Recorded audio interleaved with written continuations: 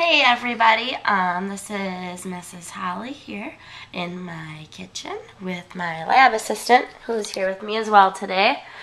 Hi Amelia. And she and I are, whoops, better back that up a little bit, working on lab 3.06 dissolved oxygen together. And I'll show you my setup here a little bit. I have my laptop with my instructions. I have the test tube that I have started the lab already. I have added drops of A and B, and we are about 30 seconds away from adding C and D, and we're going to be testing to see how much oxygen there is just in my general tap water, and then we'll do a couple other runs with different amounts of yeast added in.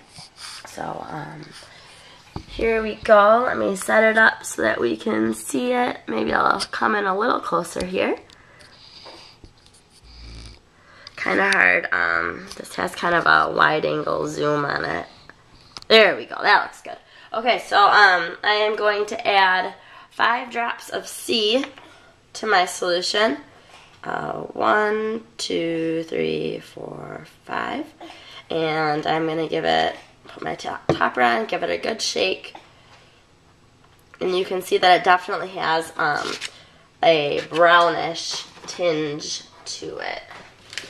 Looking for something white here to put up behind it, and you can see that it definitely has a brownish tinge to it.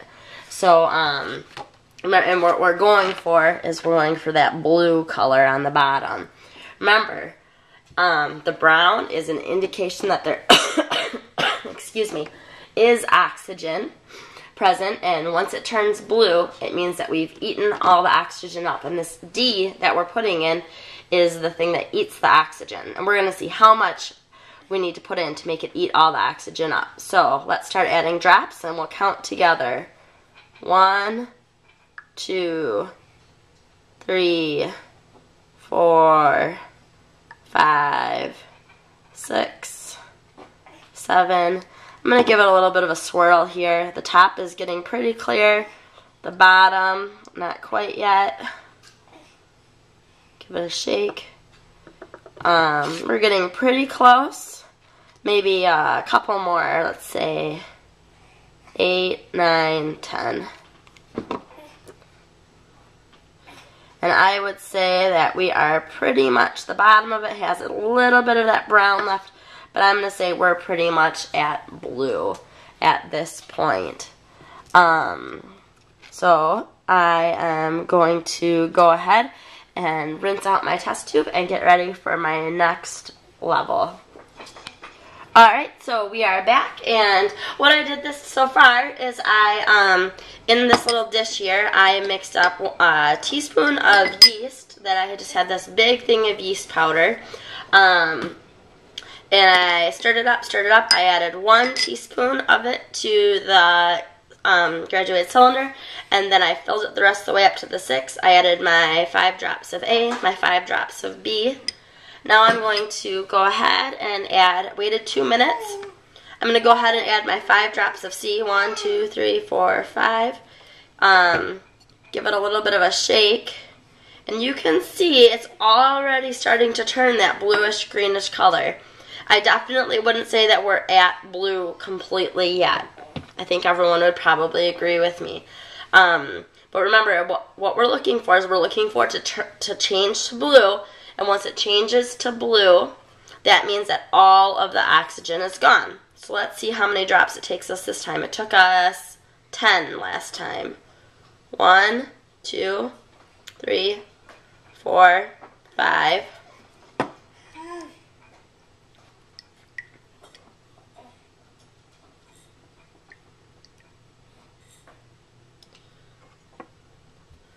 Now I'm definitely at a complete white and blue, so maybe 1 more drop. I think any of this white foam that we're seeing on top is the yeast that's collected up on top. So I would say definitely by 5, 6 for this trial we got rid of all the oxygen compared to 10. So let's make a note of that in our notes, and we'll be back to do the last trial in just a minute here. Okay, Amelia and I are back for our last run. We're both really excited, let me tell you. And what we've done this time is then we are supposed to double the amount of yeast that's in the tube. So I added 2 teaspoons of my yeast solution that I had mixed up right here. And then just topped it up just a little bit to get up to my 6 milliliter mark. And then put my drops of A, B in there, and then I waited 2 minutes. Let's just talk real quick about what yeast's job is. Yeast job, remember, is in bread. It makes bread raise. It eats all the oxygen, and it makes carbon dioxide bubbles. So let's see what happens when we put the C in there. She's talking. Sorry. 1, 2, 3, 4, 5. Give it a good shake.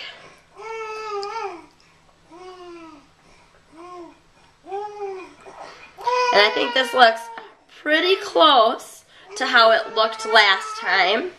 I'm just going to add 1 drop of D and see if it changes it at all. There's my drop of D. And you know, I don't think it changed it that much, so we could say we needed 1 drop of D or none. But, so thanks for taking a look at our lab today, and we will work on the questions now together. Thanks so much. Emmy, say bye-bye.